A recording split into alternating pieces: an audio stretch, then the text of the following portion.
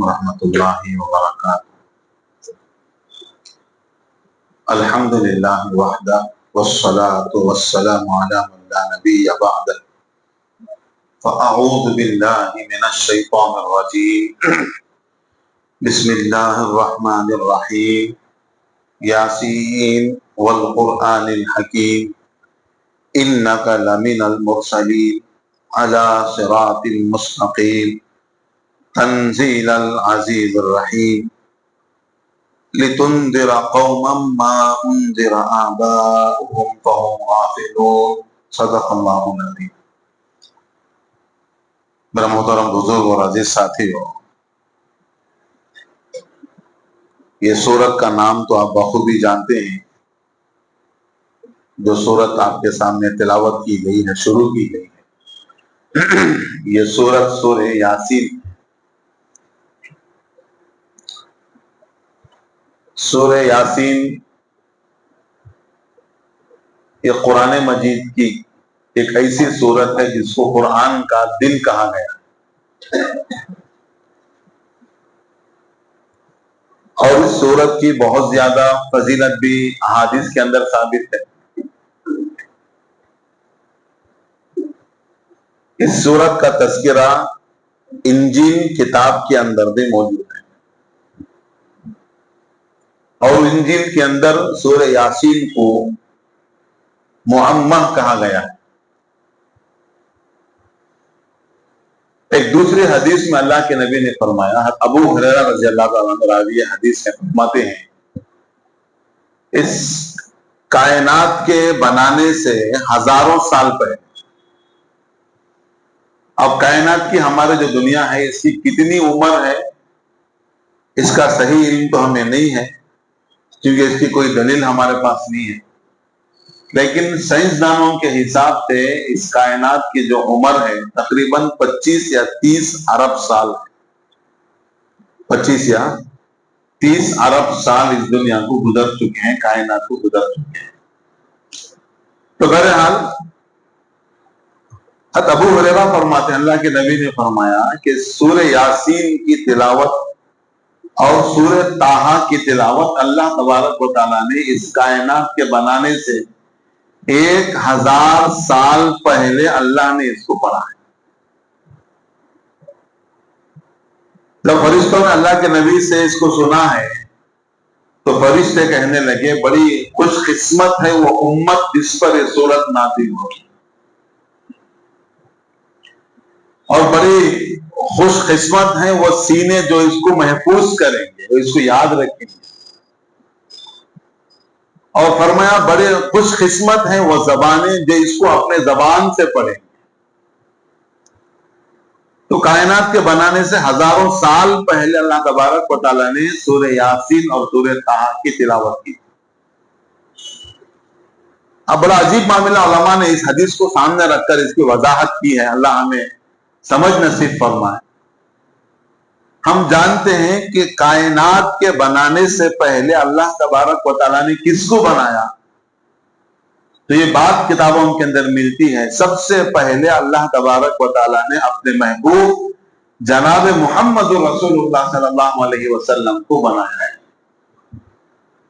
और बाज़ाब्ता अल्लाह के नबी ने हदीस के अंदर फरमाया, अल्लाह ने मुझे उस वक्त पैदा किया, उस वक्त बनाया जबकि अभी हजरत आदम मिट्टी और पानी के दरमियान में पड़े हुए थे, यानी उनका पुतला भी अभी तैयार नहीं हुआ था, उनका जसद, उनका जिस्म भी तैयार नहीं हुआ। तो उनसे पैदाइश से पहले किसको बनाया गया?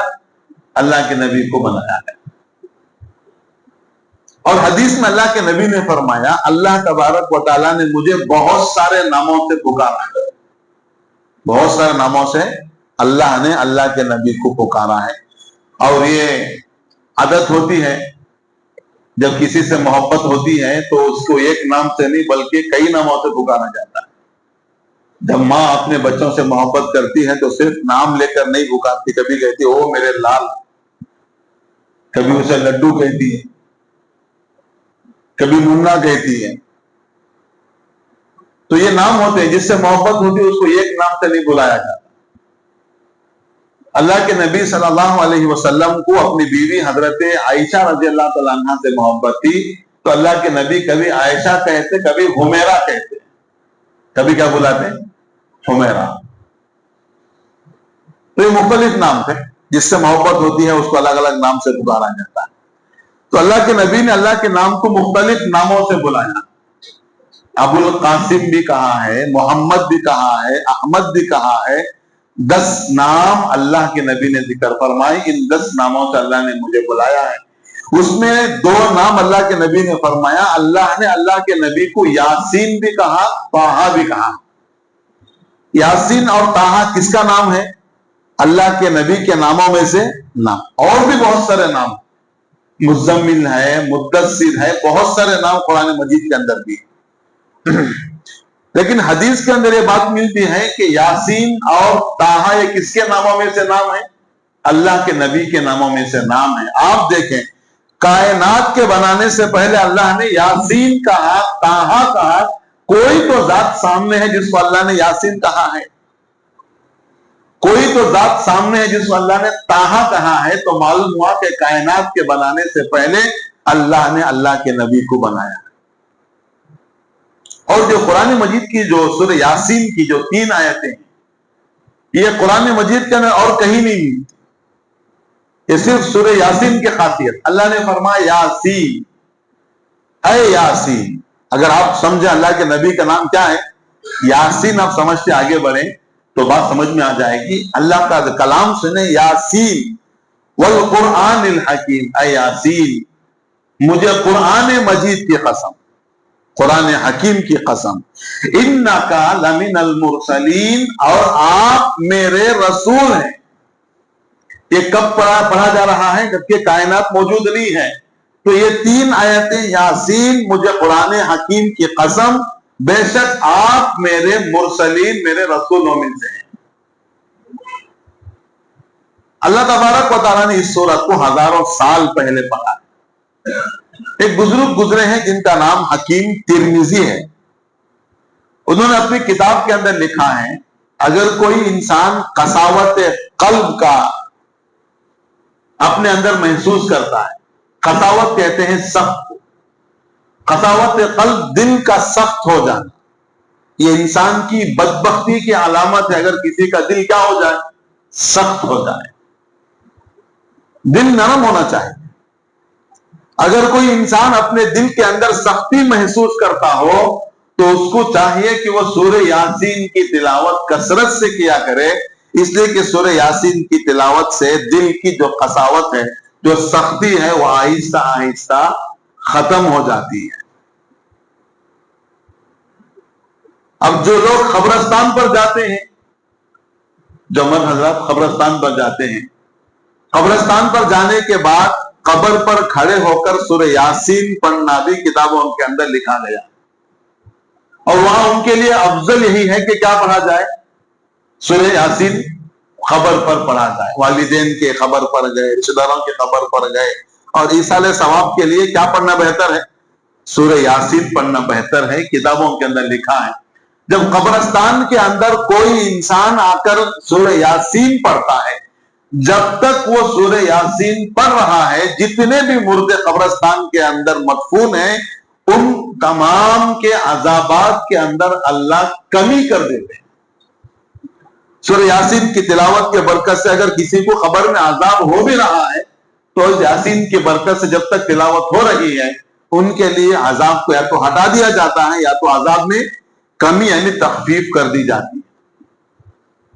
اور سورہ یاسین ایسی ایک اس کی فضیلت بھی ہے کہ اگر دشمن کا خوف اگر ہو تو اس وقت سورہ یاسین اگر پڑھ کے ہم گھر سے نکلیں گے تو آپ دشمن کے خوف اور اس کے ظلم سے اللہ تبارک و تعالیٰ بچا لیتے ہیں. حضرت اکرمہ رضی اللہ تعالیٰ عنہ فرماتے ہیں جب اللہ کے نبی مکے کے اندر تھے تو قریش مکہ جگہ جگہ بیٹھ کر انتظار کرتے تھے کب اللہ کے نبی گھر سے نکلیں گے اور مسجد حرم کے اندر مکے کے اندر آئیں گے تاکہ ہم ان کو تکلیف پہنچائیں، اگر وہ نکلیں تو ہم ان کو ایذا پہنچائیں.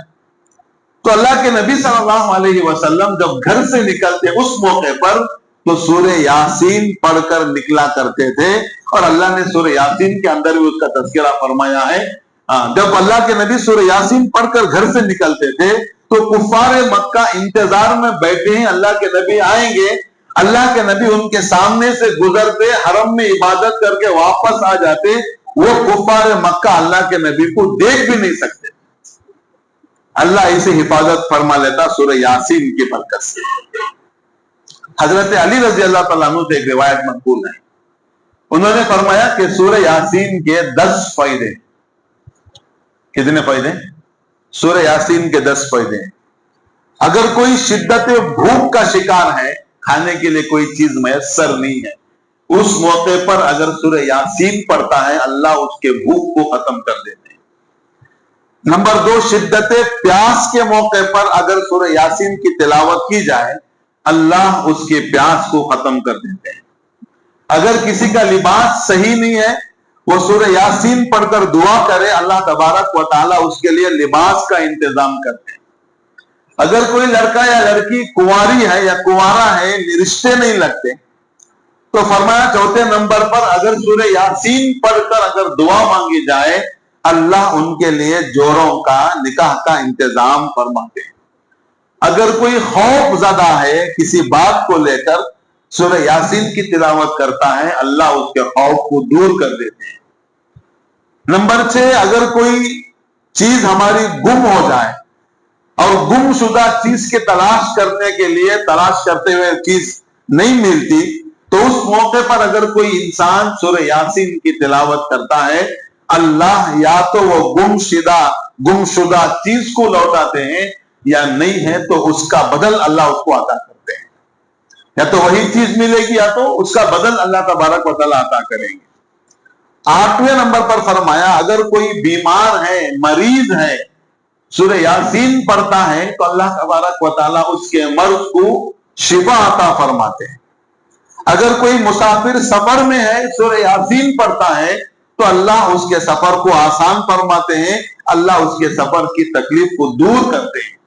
और 10वां फायदा जिक्र फरमाया अगर कोई करीबुल मौत है, मरने की हालत करीब है, सकरात की हालत में है, उसके ऊपर कोई फैसला नहीं होता, अगर उसके सराहने बैठकर सूरह यासीन पढ़ा जाए तो सूरह यासीन की बरकत से अल्लाह या तो उसको मौत के अंदर आसानी करेंगे, या नहीं है तो अल्लाह तबारक व तआला उसको शिफा अता करेंगे। ये 10 फायदे हजरत अली ने अपने इनसे मनकूल है कि सूरह यासीन के 10 फायदे। और भी बहुत ज्यादा फायदे हैं।